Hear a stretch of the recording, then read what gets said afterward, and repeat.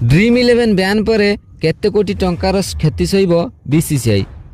नमस्कार दर्शक बंधु, ड्रीम इलेवेन बहुत किछि दिन धरी सारा विश्व रे 1 नंबर फैंटासी स्पोर्ट्स कंपनी थिला।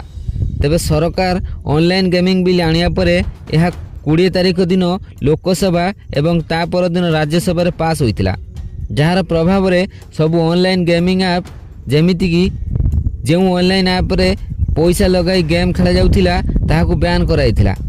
सेति मध्य रे My Eleven Circle, Vision Eleven, Rummy Circle एमिति को अनेक ऐप रहिथिले। तेबे सेति मध्य ड्रीम इलेवेन को मध्य बैन हेबाकू पड़िथिला। आपन को कहि रखु जे ड्रीम इलेवेन हेउची भारतीय क्रिकेट बोर्ड अर्थात बीसीसीआई रो स्पॉन्सर थिला। तेबे गेमिंग बिल पास हेबा परे बीसीसीआई ड्रीम इलेवेन ऐप ठारू निजर सब संपर्क काटी देछि। बीसीसीआई वर्तमान बिना स्पॉन्सर रे खेलिबो। ड्रीम इलेवेन लो कॉन्ट्रैक्ट बीसीसीआई सहित 2023 रु 2026 पर्यंत थिला। तेबे ऑनलाइन गेमिंग बिल पास हेबा परे बीसीसीआई ठारू ड्रीम इलेवेन बाध्य होई दूरे जाइथिला।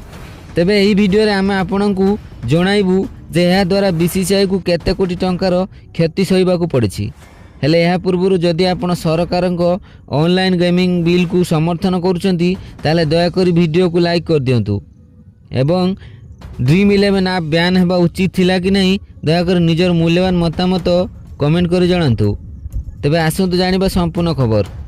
दर्शक बंधु, ड्रीम इलेवेन विश्वर सबुठार बड़ फैंटासी क्रिकेट ऐप जेउथिरे बहुत क्रिकेट प्रेमी पैसा लगाउथिले एवं बहुत लोक कोटिपति मध्ये होउथिले।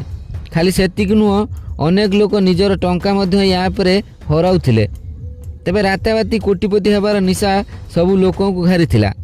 किबळी सेमाने 49 टंका लगाई राताराती कोटिपति होई परिबे ए ड्रीम इलेवेन ऐप रे। ए ड्रीम इलेवेन ऐप जेतेबेले भारत रे फैंटासी क्रिकेट विषय रे काहाकू कोनोसी ज्ञान नथिला सेबेठारू अर्थात पाखापाखि 18 वर्ष तळु आसिथिला एवं धीरे धीरे यह वर्तमान समय रे समग्र भारत एवं भारत बाहर मध्य पसंदर फैंटासी ऐप होई परथिला, जेउथिरे कोटी कोटी लोक टंका निवेश करुथिले। एही ड्रीम इलेवेन ऐप 2023 रे जेतेबेले भारतीय क्रिकेट बोर्ड रो स्पॉन्सर बाइजू थिला सेतेबेले बीसीसीआई सहित जोड़ी होइतिला। बाइजू रो समय सीमा सरीबा परे 2023 रे जोड़ी होइतिला। एही ड्रीम इलेवेन ऐप रो स्पॉन्सरशिप बीसीसीआई सहित 2023 रु 2026 पर्यंत रहिथिला। तेबे गत 20 तारिख रे लोकसभा रे गेमिंग बिल पास हेबा परे सरकार एही भली गेमिंग ऐप उपरे प्रतिबंधक लगाइथिले, जहाँ परे बाध्य होई बीसीसीआई ड्रीम इलेवेन को निजर स्पॉन्सरशिप रु हटाइछि। अर्थात आसंता सेप्टेम्बर 9 तारिख ठारू भारत यूए रे हेबाकू थिबा एशिया कप रे बिना कोनोसी स्पॉन्सर रे खेलिबाकू निष्पत्ति नेछि। तेबे यह द्वारा भारतीय क्रिकेट बोर्ड को मध्य बहुत बड़ क्षति सहिबाकू पड़िछि। हाँ दर्शक बंधु, बीसीसीआई को एथिपाई कोटी कोटी टंकार क्षति सहिबाकू पड़िछि, कारण बीसीसीआई 2023 रु 2026 पई 22 पर ड्रीम इलेवेन सहित $44 मिलियन रो चुक्ति करथिला, जार मूल्य भारतीय मुद्रा हिसाब रे 358 कोटी टंका। तेबे वर्तमान बीसीसीआई ड्रीम इलेवेन को निजर स्पॉन्सरशिप रु हटाइबा परे भारत को एही परिमाणर क्षति सहिबाकू पड़िबो। एतिकी नुहे, एति सहित बीसीसीआई को आहुरी मध्य क्षति सहिबाकू पड़िबो। ताहा ହେଲା माई इलेवेन सर्कल। माई इलेवेन सर्कल बीसीसीआई लो आईपीएल पार्टनर थिला। तेबे ई गेमिंग बिल परे माई इलेवेन सर्कल पई मध्य बीसीसीआई को क्षति पहुंचीछि। बीसीसीआई आईपीएल स्पॉन्सरशिप पई माई इलेवेन सर्कल सहित 625 कोटी टंकार चुक्ति करथिला। तेबे माई इलेवेन सर्कल सहित ई चुक्ति 2024 रु आरंभ होई 2028 पर्यंत रहिछि। ड्रीम इलेवेन हेउची भारतर सबुठारु बड़ एडवर्टाइज कंपनी।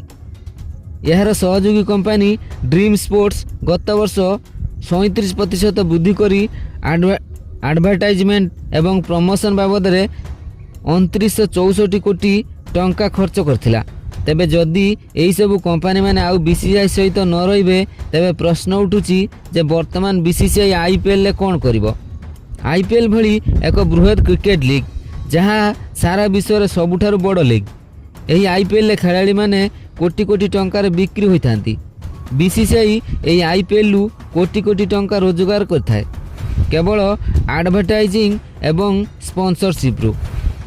ଇକୋନୋମିକ୍ସ ଟାଇମ୍ସର ଏକ ରିପୋର୍ଟ ଅନୁସାରେ ଫାଣ୍ଟାସି ସ୍ପୋର୍ଟସ୍ ପ୍ଲାଟଫର୍ମ ମାନେ ବାର୍ଷିକ 5,000 କୋଟି ଟଙ୍କା କେବଳ ଆଡ଼ଭର୍ଟାଇଜିଂ ଏବଂ ପ୍ରମୋସନ୍ ପାଇଁ ଖର୍ଚ୍ଚ କରିଥାନ୍ତି, ଯାହାର ଲାଭ BCCI ସିଧା ସିଧା ଉଠାଇଥାଏ। 2022-23ରେ ଡ୍ରିମ୍ 11 2964 କୋଟି ଟଙ୍କା ଖର୍ଚ୍ଚ କରିଥିବା ବେଳେ ଗେମ୍ସ 11 ଯାହାକି ମାଇ 11 ସର୍କଲ୍ ଏବଂ ରମି 11 ସର୍କଲ୍କୁ ଲିଡ୍ କରିଥାଏ ସେ 1421 କୋଟି ଟଙ୍କା ଖର୍ଚ୍ଚ କରିଥିଲା। ତେବେ 9 ତାରିଖ ଠାରୁ ଆରମ୍ଭ ହେବାକୁ ଥିବା ଏସିଆ କପ୍ରୁ BCCI ଡ୍ରିମ୍ 11 ସହିତ ନିଜର ବନ୍ଧୁତା ଭଙ୍ଗ କରିଛି ଏବଂ ବିନା ଡ୍ରିମ୍ 11 ଲୋଗୋ ଏବଂ ବିନା ସ୍ପନ୍ସରସିପ୍ରେ ଖେଳିବାକୁ ନିଷ୍ପତ୍ତି ନେଇଛି। ତେବେ ଗେମିଂ ବିଲ୍ ଗତ 20 ତାରିଖ ବୁଧବାର ଦିନ ଲୋକସଭାରେ ଏବଂ ତା ପରଦିନ ରାଜ୍ୟସଭାରେ ରାଷ୍ଟ୍ରପତି ଦ୍ରୌପଦୀ ମୁର୍ମୁ ନିଜର ସହମତି ଦେଇ ପାସ୍ କରିଥିଲେ, ଯାହାପରେ BCCI ଏବଂ ଡ୍ରିମ୍ 11 ମଧ୍ୟରେ ସମ୍ପର୍କ ଭଙ୍ଗ ହୋଇଛି। BCCI IPLରେ ମଧ୍ୟ ଏହି କମ୍ପାନୀ ଗୁଡ଼ିକ ଠାରୁ ମୋଟା ଅଙ୍କର ରାଶି ହାତେଇଥାଏ।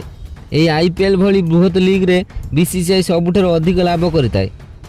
IPL ବେଳେ ଭାରତର କୋଟି କୋଟି ଲୋକ ଏହି ଡ୍ରିମ୍ 11 ମାଇ 11 ସର୍କଲ୍ ଗେମ୍ସ 11 ଭଳି ଆପ୍ରେ ଟଙ୍କା ନିବେଶ କରିଥାନ୍ତି ଏବଂ ଏଥିପାଇଁ BCCIକୁ ମଧ୍ୟ ଏହି ଆପ୍ ମାନେ କୋଟି କୋଟି ଟଙ୍କା ଦେଇଥାନ୍ତି।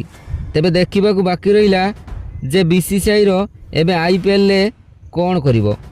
ତେବେ ଦର୍ଶକ ବନ୍ଧୁ, ଆପଣଙ୍କ ମତରେ ଏହିସବୁ ଆପ୍ ମାନେ ବନ୍ଦ ହେବା ପରେ IPL ଉପରେ ଏହାର ପ୍ରଭାବ ପଡ଼ିବ କି ନାହିଁ, ଦୟାକରି ନିଜର ମୂଲ୍ୟବାନ ମତାମତ କମେଣ୍ଟ କରି ଜଣାନ୍ତୁ।